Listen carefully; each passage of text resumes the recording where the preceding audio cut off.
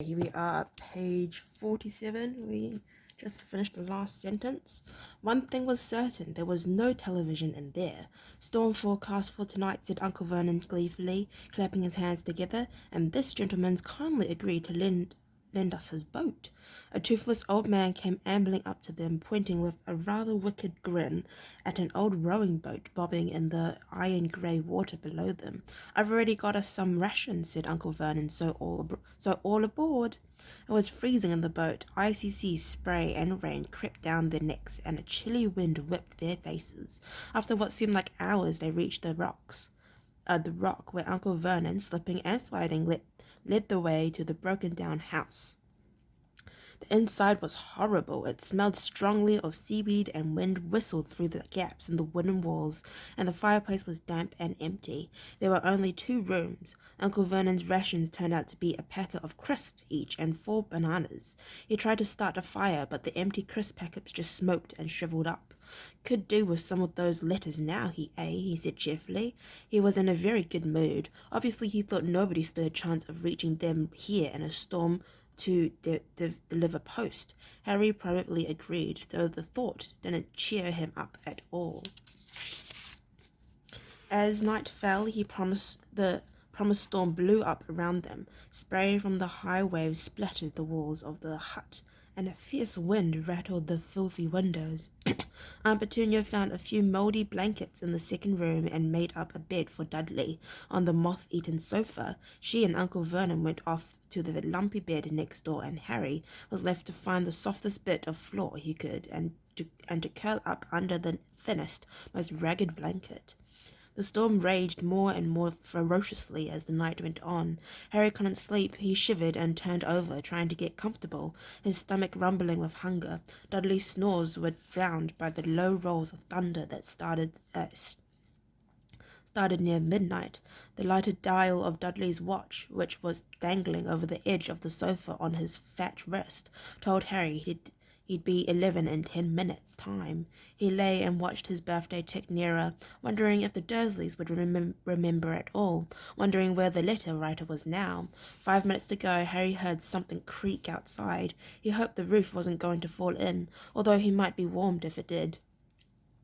4 minutes to go. Maybe the house in Privet Drive would be so full of letters when they got back that he'd be able to steal one somehow. 3 minutes to go. Was that the sea slapping hard on the rock like that? And 2 minutes to go. What was that funny crunching noise? Was the rock crumbling into the sea? 1 minute to go. And he'd been 11, 30 seconds, 20, 10, 9. Maybe he'd wake Dudley up just to annoy him. 3, 2, 1. Boom! The whole shack shivered, and Harry sat bolt upright staring at the door. Someone was outside, knocking to come in.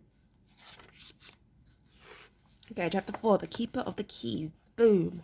They knocked again. Dudley jerked awake. "Where's the cannon?" he said stupidly. There was a crash behind them, and Uncle Vernon came skidding into the room. He was holding a rifle in his hands now. They knew what had been in the long, thin package he had brought with them. "What's here?" he shouted. "I warn you, I'm armed." There was this pause, then smash! The door was hit with such force that it swung clear off its hinges and with a deafening crash landed flat on the floor. A giant of a man was standing in the doorway. His face was almost completely hidden by a long, shaggy mane of hair and a wild, tangled beard, but you could make out his eyes glinting like black beetles under all the hair. The giant squeezed his way into the hut, stooping so that his head just brushed the ceiling. He bent down, picked up the door and fitted it easily back into its frame. The noise of the storm outside dropped a little. He turned to look at all of them. Couldn't make us a cup of tea, could you? It's not been an easy journey." He strode over to the sofa where Dudley sat frozen with fear. "Budge up, you great lump," said the stranger. Dudley squeaked and ran to hide behind his mother, who was crouching, terrified behind Uncle Vernon. "Ah, here's Harry," said the giant. Harry looked up into the fierce, wild, shadowy face and saw that the beetle eyes were crinkled in a smile. "Last time I saw you, Last time I saw you, you was only a baby, said the giant. You look a little like your dad, but you've got your mother's eyes. Uncle Vernon made a funny rasping noise. I demand that you leave at once, sir, he said. You are breaking and entering. Ah, shut up, Dursley, you great prune, said the giant. He reached over the back of the sofa, jerked the gun out of Uncle Vernon's hand, bent it into a knot as easily as if it had been made of rubber, and threw it into a corner of the room. Uncle Vernon made another funny noise, like a mouse being trodden on. Anyway, Harry, said the giant, turning his back on the Dursleys, a very happy birthday to ya. Got something for ya here.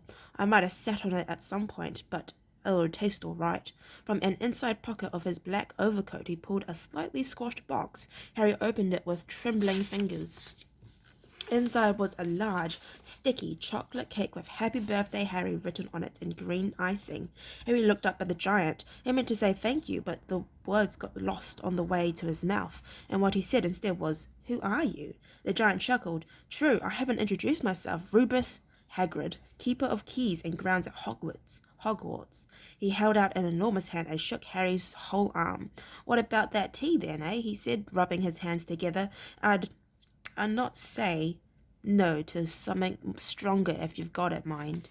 His eyes fell on the empty gate with the shriveled crisp packets in it, and he snorted.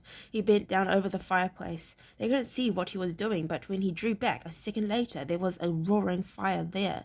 It filled the whole damp hut with flickering light, and Harry felt the warmth wash over him, as though he'd sunk into a hot bath.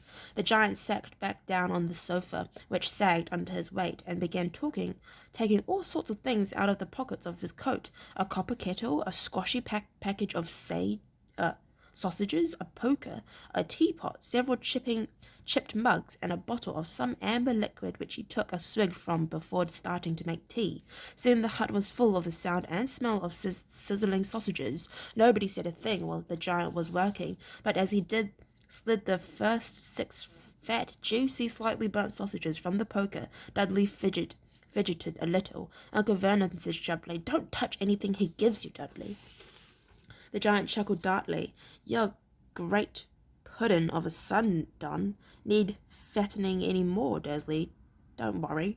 He passed the sausages to Harry. He was so hungry he had never tasted anything so wonderful, but he still couldn't take his eyes off the giant. Finally, as nobody seemed about to explain anything, he said, I'm sorry, but I still don't really know who you are. The giant took a gulp of tea and wiped his mouth with the back of his hand. Call me Hagrid, he said. Everyone does, and like I told you, I'm keeper of keys at Hogwarts. You'll know all about Hogwarts, of course. No, said Harry. Hagrid looked shocked. Sorry, Harry said quickly. Sorry, barked Hagrid, turning to stare at the Dursleys, who shrank back into the shadows. It's them as should be sorry. I know you weren't getting your letters, but I never thought you wouldn't even know about Hogwarts, for crying out loud. Did you never wonder where your parents learnt it all?